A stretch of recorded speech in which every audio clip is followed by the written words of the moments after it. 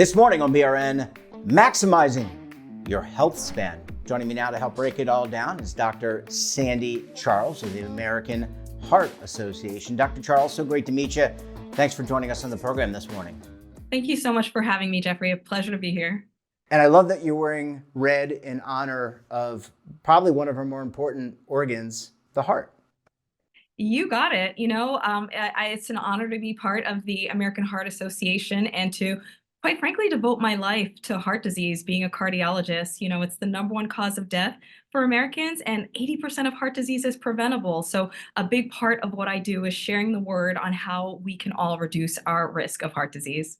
Yeah, absolutely. And that's our topic today. I want to ask you first if we could just back up. There's a term that's being used called health span. And I'm familiar with the term lifespan, which is the time that you're going to live until you're not going to live. But what, doctor, is the health span? Thank you so much for bringing that up. We all know of lifespan, which is the number of years that we have being alive.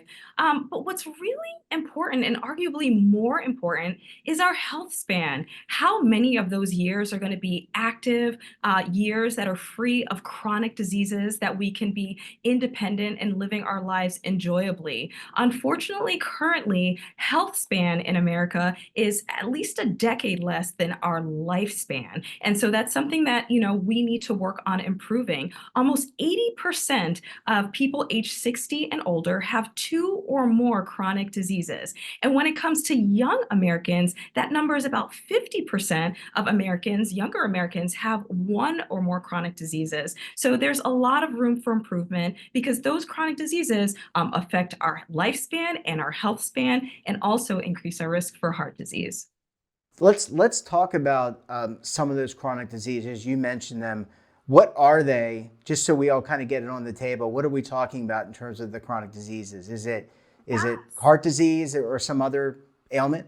Right. So heart disease for sure. And there are a lot of chronic illnesses that contribute to heart disease. And these are a lot of diseases that some of us may not know if we have them, if we're not getting checked and screened for them. So this is also plugged for everyone to go in for routine screening, even though you're feeling well. So a lot of the top chronic illnesses are high blood pressure, also called hypertension. That's the force of blood as it's pushing through our bodies and our organs, and it causes accelerated wear and tear of things like our kidneys, things like our heart, increasing dementia, increasing the risk of stroke. And there are a lot of things that we can do to help prevent that. Diabetes, high blood sugar. A lot of people don't feel when we're borderline diabetic or becoming diabetic, but this is also something that causes a lot of wear and tear to our organs, exponentially increasing the risk of heart attacks and other things. And then things like high cholesterol and increased weight and things of that sort. All of those increase the risk of heart disease and chronic illnesses. And you obviously you mentioned the American Heart Association, AHA. They've been doing work for decades and decades. One of the newer initiatives is Life's Essential 8. What is Life's Essential 8?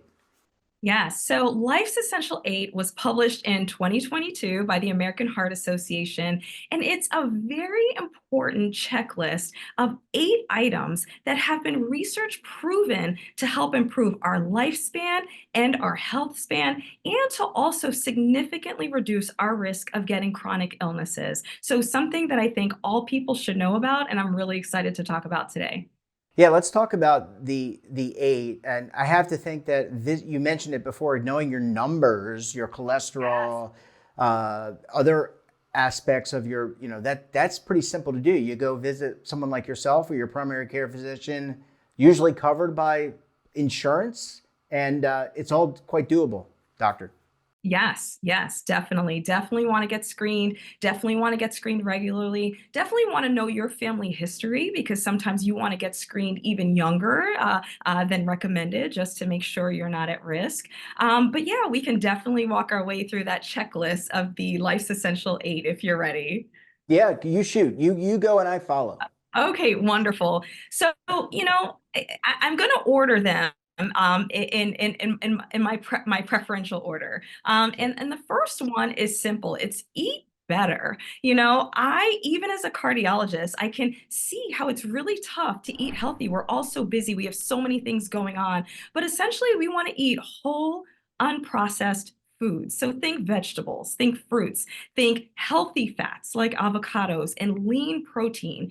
Unfortunately, our society, we're culturally saturated with ultra processed foods. These are foods that have a lot of salt, a lot of sugar, a lot of unhealthy fats, and quite frankly, they're engineered in a way to make us addicted to it. So a lot of time, these ultra processed foods are way more convenient, but it's really going, shopping at the grocery store, getting a lot of the vegetables and foods that will spoil if you don't cook them over a couple of days, taking the time to cook regularly, which is not something I like to do. So I had to make that my habit. But it really has huge, huge, huge implications for how you age over time. So definitely number one thing I'd say is to eat better. The second thing on our list is to have healthy sleep patterns, to get a healthy amount of sleep. So it is recommended that adults get, on average, between 7 to 9 hours of sleep per night. And I don't know about you, but when things get hectic, and for many years, that was one of the things that I could easily cut off my list, getting by on 5, 6 hours.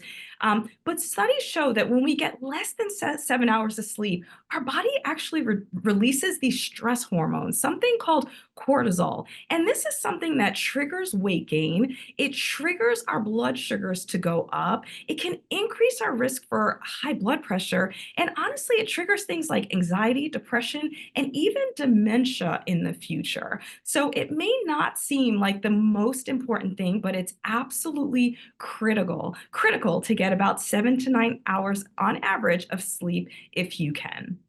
Yeah, and you probably, yeah, sorry, doctor, I just was going to make the comment. Sleep hygiene, that is probably something that a lot of people, we're all surrounded by screens like on my iPhone, on the Yes. computer. It really makes it difficult to get those sleep. You got to have the right process to get yourself to relax and go to bed.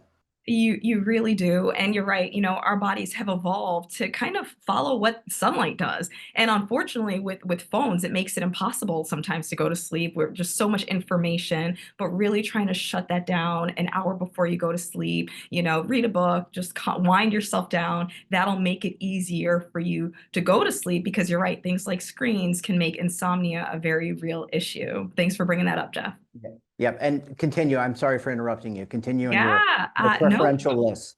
Yeah, yeah, yeah. So number three on that list is exercise, exercise, exercise. On average, Americans need to exercise more, and this is such a powerful thing. The American Heart Association recommends at least 30 minutes of exercise about 5 days a week. And remembering that cardio is profoundly important, but muscle strengthening is really critical too. After about age 30, we start losing our muscle mass. And this is how, as people age, they can become frail, more prone to falling. And so it's really important that if we're not only doing our cardio, but we're strengthening our muscles. And again, being a busy cardiologist, I'm a wife, I have kids. That was something in the past that was easy to kind of put on the side. But I'll never forget having a 92-year-old patient come to see me in the office. He drove himself in and he was telling me about how he had just exercised that morning and he had done 500 rows on his rower. And I realized that, envision the kind of person that you want to be when you're in your 70s, 80s, and 90s. If you're not doing those things now, it's going to be really important. It's going to be almost impossible to have that independence and ability to do those things as you get older. So I always tell people it takes time, but it's worth investing in the fitness and exercise now to help keep you independent and healthy in the future. And exercise helps to prevent things like high blood pressure, diabetes, high cholesterol, and helps maintain our weight. So very important, number three on the list. So number four on the list is something that we kind of alluded to earlier. It's keeping our blood pressures under control, okay? And this is what you were talking about, getting screened. It's recommended that our blood pressures be less than 130 on top, the top number, 80 on the bottom. Those represent the force of blood and as it's pushing through our body. And the lower it is, the better. So 120 over 80, even better. And less than that, even more. What I've found out is kind of tying into eating healthy is that I was starting to see a lot of 20-year-olds, healthy and fit, coming in with high blood pressure. And that's because we're unfortunately consuming a lot more salt than our bodies were ever meant to consume in ultra processed foods. So, the number one thing I would say about that is we should all know how much salt we're supposed to be having in a day. And in the meals that we're having, we should be looking at how much salt is in those meals. So, on average, if you don't have high blood pressure, we should be having less than 2,300 milligrams of salt. And I'll tell you, there was one time I went to a restaurant to have a meal, and it had 7,000 milligrams of salt. Salt, also referred to as sodium, in this meal that had wild rice, some broccoli, some seafood.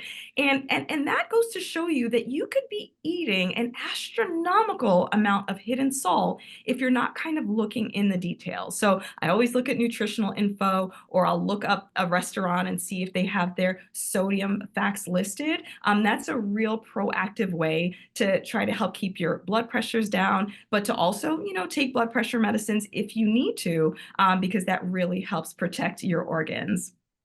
Yep. Yeah, so that was number four. Now, number five is keeping our blood sugars under control. Diabetes is something that's really prevalent. Like I mentioned, it accelerates the wear and tear and, quite honestly, the breakdown of our organs. And so we should all be getting screened for it. But very importantly, is we should know how much added sugar is our limit in a day, right? So adult women, we're not supposed to have more than 25 grams of added sugar in a day. And for men, it's about 36 grams. Now, I will tell you, there are a lot of, bottled drinks out there that can Oh easily yeah. have almost 80 grams of added sugar in drinks that are considered really normal in our society, that we could drink one or two, three times a day. And unfortunately, that almost makes us a ticking time bomb for developing diabetes. And it makes it really hard to get it under control, even when you're taking the medicines for it. So even in my life, and along with my little kids, like, they know to always look at the nutritional info and see how much sugar is in something. It may be packaged as something really healthy, but the facts don't lie. So knowing that added sugar can really help prevent the development of diabetes and pre-diabetes. So suffice to say, you probably don't have Fruit Loops in the house. My kids beg for it, and they've had it when they were with friends, and like, oh my goodness, this is so good. But you know what? It really ties back to that fact about ultra processed foods. Like, these Yeah. foods have a lot of artificial dyes in it. They're like addicting for little kids, because you can't, like, a sweet potato is not going to compete with Fruit Loops in terms of taste and texture. But really being aware of that will spare you from becoming a diabetic, or struggling with your weight down the road. So yeah, Yeah, you are absolutely. right. We stay Yeah. away from the Stay Fruit away Loops. from sugar smacks, all the ones that I grew up with not eating because my parents never let us have any of that. Doctor, number six, please. Yeah, so number six is to know your cholesterol. That's a pretty straightforward one. Get screened for that and know if high cholesterol runs in your family. Just really get checked for that. So that's an important one. And then smoking. We all know that staying away from cigarettes is tremendously important. So that's a really important one that we should just not do. And then keeping track of our weights, and making sure that we try to keep our weight in a healthy range is the eighth one on the list. And this has become a hard one as the years have gone by. And I don't want to blame everything on ultra processed foods, but the content of sugar that's in our foods have made it such that people are gaining weight, and they don't really know why. They don't even feel like they're eating a lot of stuff. And while exercise is important, I always tell people that you can't can't out-exercise a bad diet. So really being mindful of something called the BMI, the body mass index. And that's not a perfect measurement because it doesn't take into account muscle weight and things like that. But a BMI of 30 or above qualifies as obesity. So trying to keep it less than that and ideally less than 25. And there are a lot of medications in addition to healthy diet and exercise, which are really powerful. But that is also a key thing to not overlook. You know, if everything else on that checklist is great, but the weight is higher than it should be, really making a point to see what you can do to get that in order. Not only will it be good for internal health, but even things like your joints and the quality of sleep that you have, it can really, really help with that. Well, doctor, I mean, these are, I think they're really common sense. And made a mention that these guidelines, these facts kind of came out in 2022. Do you think we're making a difference in terms of getting this information in the hands of adults and children? Do you think it's making a difference? I think it's making a difference, but I do think that we have a long way to go. And as I see patients in the office every day, not only do I treat heart disease, I'm very much a strong proponent of preventing heart disease. There are a lot of these facts that patients don't know about. They don't know about how the hidden salt and the hidden sugars in a lot of the common foods that we eat, or even just how critical sleep is. And I say that because for me, myself, for many years, I've kind of just tried to see if I could cut corners, but especially as we all get older, it gets harder to fight off all of the chronic illnesses that plague us. Blood pressure likes to get worse, blood sugar and cholesterol like to get worse. For women, as estrogen drops, our weight distribution gets worse. It's harder to keep off that belly fat. And so we always have to try to be doing all of those things on the checklist to keep things in order. And I always tell people this is the one body that we get, and it's really worth the time, like nothing else is, to really help keep our health and maintain our health. And what I've really found is that when one person in the family takes the baton and starts improving their health, it can truly, truly be contagious. With partners and with children, it really has the benefit of changing the trajectory of so many lives. So really an important and critical thing to focus on. Yeah, and for me, that would be my lovely wife. Dr. Charles, we're going to have to leave it there. Great work. Thank you so much for joining us. Keep up the great work on your end, and we look forward to having you back on the program again very soon. Thank you so much, Jeff. Definitely an honor. And don't forget to subscribe to our daily newsletter, The Morning Pulse, for all the news in one place. Details, of course, at our website, and your subscription helps support all this great BRN content. We're back again tomorrow for another edition of BRN. Until then, I'm Jeff Snyder. Stay safe, keep on saving, and don't forget, roll with the changes.